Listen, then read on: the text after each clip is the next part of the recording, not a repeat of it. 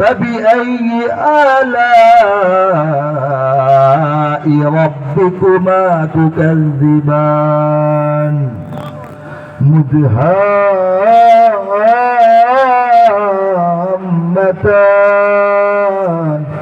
فبأي آلاء ربكما تكذبان তেলাওয়াত দীর্ঘায়িত করছি না, তর্জমা পেশ করছি। পদ্মরাগ ও প্রবালের মতো হারা দীপ্যমান, তবে তোমাদের প্রতিপালকের মানিবে না কন্দান।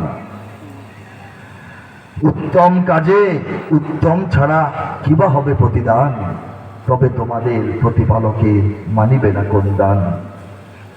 এ দুটি ছাড়াও সেখানে রয়েছে আরো দুটি উদ্যান, তবে তোমাদের প্রতিপালকের মানিবে না কন্দান। উদ্যান দুটি কৃষ্ণাভ ঘন সবুজ দৃশ্যমান, তবে তোমাদের প্রতিপালকের মানিবে না কন্দান। দুটি উদ্যানে রবে চঞ্চলা ঝর্ণা প্রবহমান, তবে তোমাদের প্রতিপালকের মানিবে না কন্দান। তাতে ফলমূল খেজুর আনার থাকিবে বিদ্যমান।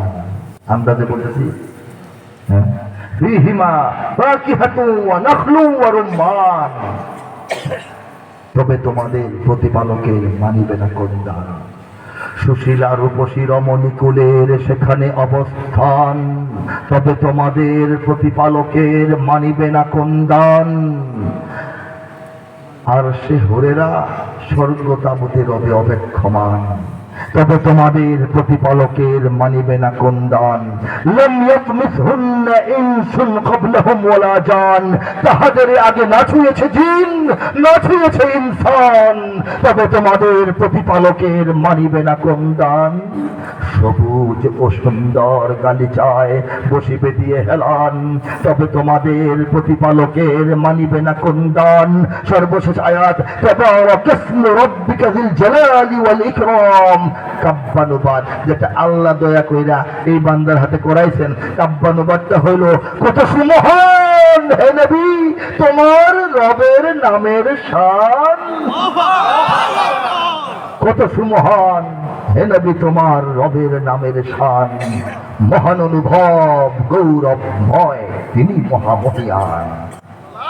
ঠিক এইভাবে এই তালে এই মিলে এই ছন্দে এই সৌন্দর্যে আল্লাহ পাক সম্পূর্ণ কোরআনের শুরু থেকে শেষ পর্যন্ত ৬,০০০-এর অধিক সহজ সরল কঠিন জটিল লম্বা খাটো বাটি লম্বা আয়াতের তর্জমার কাজ কবিতার আকারে করিয়ে ফেলেছেন মাত্র ২৪০ দিনের মেহনতে। বন্ধ করে বলা যায় নিঃসন্দেহে এটা আল্লাহর একটা লীলা, আল্লাহর একটা খেলা, আল্লাহর একটা কারিশমা, ঠিক কিনা বলেন? এবং এটা হচ্ছে কুরআনের একটা মুজিজা। নবীদের মুজিজা বন্ধ, কারণ নবী তো বন্ধ, আর তো নবী আসবে না। কুরআন কিয়ামত পর্যন্ত থাকবে, কুরআনের মুজিজাও থাকবে। হুজুর আমনে টাকারি মুজিজা আর তো কোরআনের মুজিজা দেখি না, দেখেন না কেন? আমাদের এলাকায় হাফেজ সাহেব নাই, গোলাপন হাফেজ না, প্রত্যেকটা হাফেজ কোরআনের মুজিজা বলেন সুবহানাল্লাহ। 7 বছর বয়সে কোরআন মুখস্থ, আপনি পারবেন? এই ছেলেটা কি বড় হয়ে পরে কবিতা মুখস্থ করতে পারে? 2 আর 2 চাইল না লিখে হেপা। পরবর্তী জীবনে পরবর্তী ক্লাসে সে এত মেধার পরিচয় দেয় না, অথচ কোরআন থেকে শিখে ফেলছে। মেধার কারণে কোরআন সে শিখে নাই, কোরআনের কারণে কোরআন শিখতে বলেছে। ভাব, কোরআনের মুজিজা হিসেবে কোরআন শিখেছে, মেধাবী বলে নয়। তাহলে তো পৃথিবীর সবচেয়ে বড় বড় বিজ্ঞানী হইতে হবে সবরা। অন্য জায়গায় মেধা কাজ করে না, নিজের নামে বানান মন থাকে না, কিন্তু কোরআনটা আল্লাহ পাক শিখাইছেন কোরআনকে সংরক্ষণ করার জন্য। এটাও কোরআনের মর্যাদা।